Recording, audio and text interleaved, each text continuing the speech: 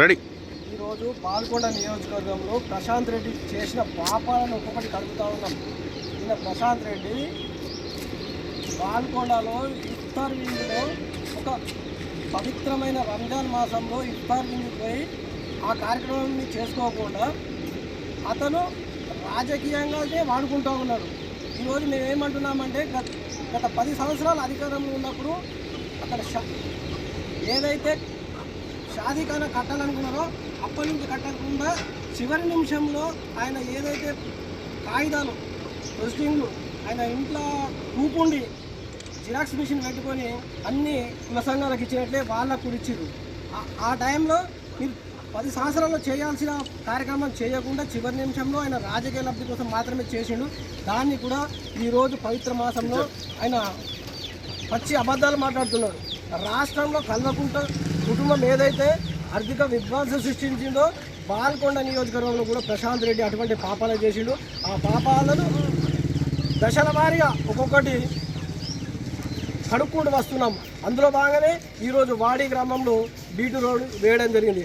Election ముందట్లోనే ఆగమాగము అసలు ఎటువంటి లేకుండా ప్రొసీడింగ్ లేకుండా ఆయన కలవట్లు తవ్వి ఇష్టానుసారంగా ధ్వంసం చేసి ఈరోజు వాడి గ్రామస్తులకు కూడా 2 సంవత్సరాల నుంచి ఇబ్బంది పాలైండు. అటువంటి కార్యక్రమాన్ని ఇక్కడ సునీల్ రెడ్డి గారి నాయకత్వం కానీ, అన్వేష్ రెడ్డి గారు కానీ, మోహన్ రెడ్డి గారు కానీ, అనిల్ గారు కానీ ఈ కార్యక్రమాన్ని ముందుండి నడిపించి ఈరోజు వాడి గ్రామానికి బీటీ రోడ్డు ప్రారంభోత్సవం చేయడం జరిగింది. ఈ సందర్భంగా ప్రశాంత్ రెడ్డికి ఒకటే హెచ్చరిస్తూ ఉన్నాం.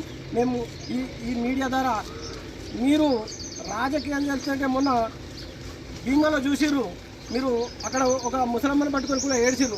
ఆ ముసలమ్మనే 2వ రోజు చెప్పింది మాకు ఎటువంటి పెన్షన్లు కానీ కార్యక్రమాలు ఇవ్వలేరు. ఈరోజు ప్రతి గ్రామంలో ఇంద్రమ్మ ఇండ్లు ఇస్తున్నాం, సన్న బియ్యం ఇస్తున్నాం, ఉచిత కరెంట్ ఇస్తున్నాం, లేదా పేదవారికి ఇటువంటి కార్యక్రమాలు చేస్తున్నాం. ప్రశాంత్ రెడ్డి గారు మీరు ఎక్కడైతే అబద్ధాలు మాట్లాడుతున్నారో ఒకసారి ఆత్మ పరిశోధన చేసుకోవాలని చెప్పి ఈ మీడియా ద్వారా వారిని కోరుతాను.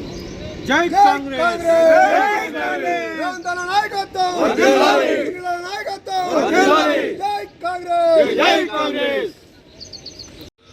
మీరు రాజకీయం చేస్తుంటే మొన్న భీమలో చూసిర్రు, మీరు అక్కడ ఒక ముసలమ్మని పట్టుకొని కూడా ఏడ్చిర్రు. ఆ ముసలమ్మనే 2వ రోజు చెప్పింది మాకు ఎటువంటి పెన్షన్లు కానీ కార్యక్రమాలు ఇవ్వలేరు. ఈరోజు ప్రతి గ్రామంలో ఇంద్రమ్మ ఇండ్లు ఇస్తున్నాం, సన్న బియ్యం ఇస్తున్నాం, ఉచిత కరెంట్ ఇస్తున్నాం, లేదా పేదవారికి ఇటువంటి కార్యక్రమాలు చేస్తున్నాం. ప్రశాంత్ రెడ్డి గారు మీరు ఎక్కడైతే అబద్ధాలు మాట్లాడుతున్నారో ఒకసారి ఆత్మ పరిశోధన చేసుకోవాలని చెప్పి ఈ మీడియా ద్వారా వారిని కోరుతాను.